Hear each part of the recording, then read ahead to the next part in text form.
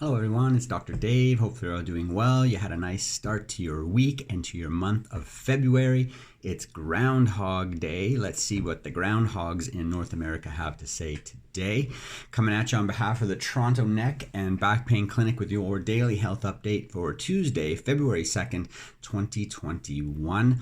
Gonna look at 6 areas of health and wellness today. As always, somewhere around this video, hopefully you can find the written format. You can read through all those 6 areas. If you'd like a copy, you can DM us on social, give us a call at the clinic, send us an email, and we'll be sure to get that in your hands. Not going to treat, diagnose, prevent, or cure any illness or disease together or with our time together today, but you just never know what your body's capable of when you make some small and or significant changes to your daily routine, to some of your lifestyle choices and habits, and those thoughts, decisions, and actions every day when it comes to your health and wellness options. You can just improve just about anything, I would bet, and definitely help keep you well for the future. So good on you for being here.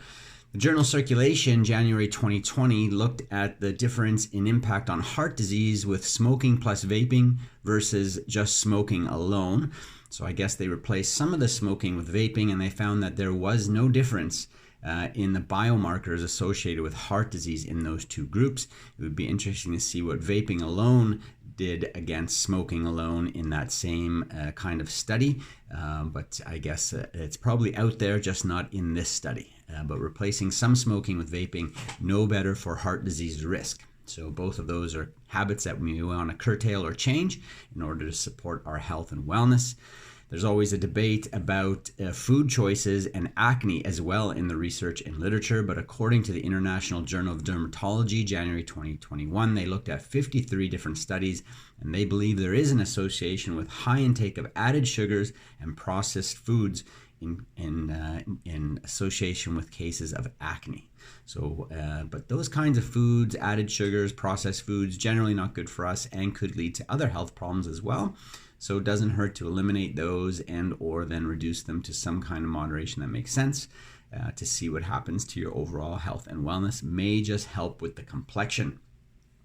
For those of you who dread working out in the cold, especially now because there's not a lot of indoor places to go to get your fitness, the Journal of Applied Physiology, December 2020, says that if you're working out in the cold, you may burn more fat.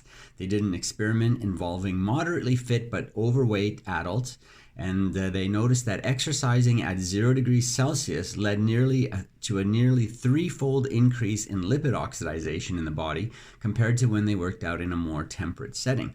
So that was the breakdown and metabolism physiologically of your fat cells, and 3 times as much in the cold. So get out there in that chilly weather and get some fitness in, even if it's a brisk walk. Probably still has a good impact, plus good for other parts of your health and wellness, especially your emotional or mental health. Get out, get some fresh air, and smile while you're doing it. Let's see if that double effect is even better for you. Unfortunately, some people have suffered some injuries that make it hard for them to sometimes smile. There are people who have had a traumatic brain injury, and quite often they suffer from a comorbidity of depression after that and some post-traumatic stress disorder. And unfortunately, because of those 3 things, you could imagine that those people might be at greater risk to harming themselves or even taking their own life. So very important, if someone you know or if you yourself has had a traumatic brain injury, to be under appropriate care, to monitor for depression and post-traumatic stress disorder, because you would want to seek appropriate care for those side effects of that brain injury, according to the research from the Brain Injury Journal, January 2021. Acid reflux is not fun, a byproduct of sometimes the foods we eat. However, there is, according to the Journal of the American Medical Association Internal Medicine, January 2020, a way to reduce that.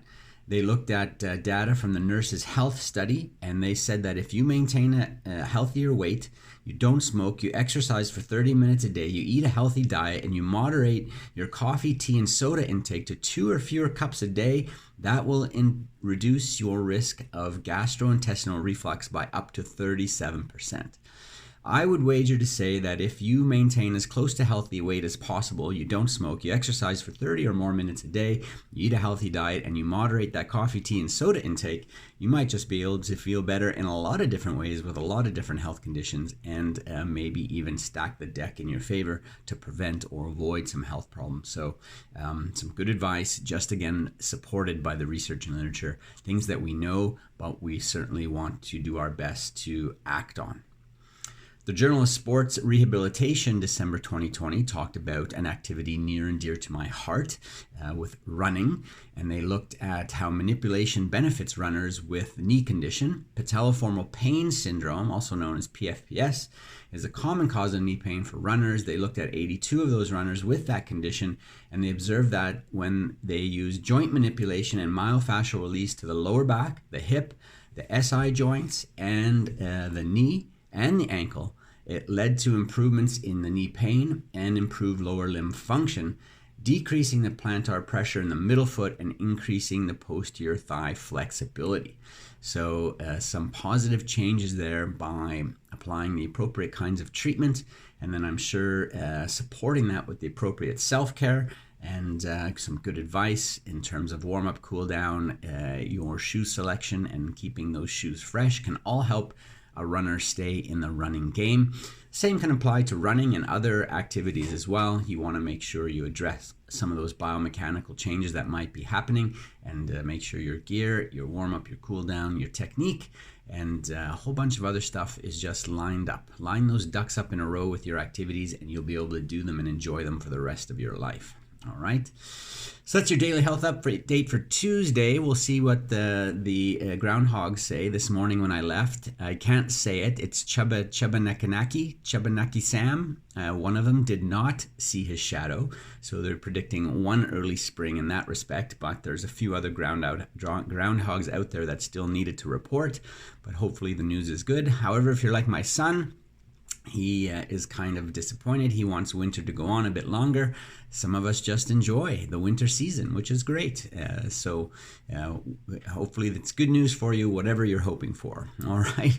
Enjoy the rest of your week. We'll catch up tomorrow with you on Wednesday for your daily health update. Take care, be well, share some smiles, and have a great day.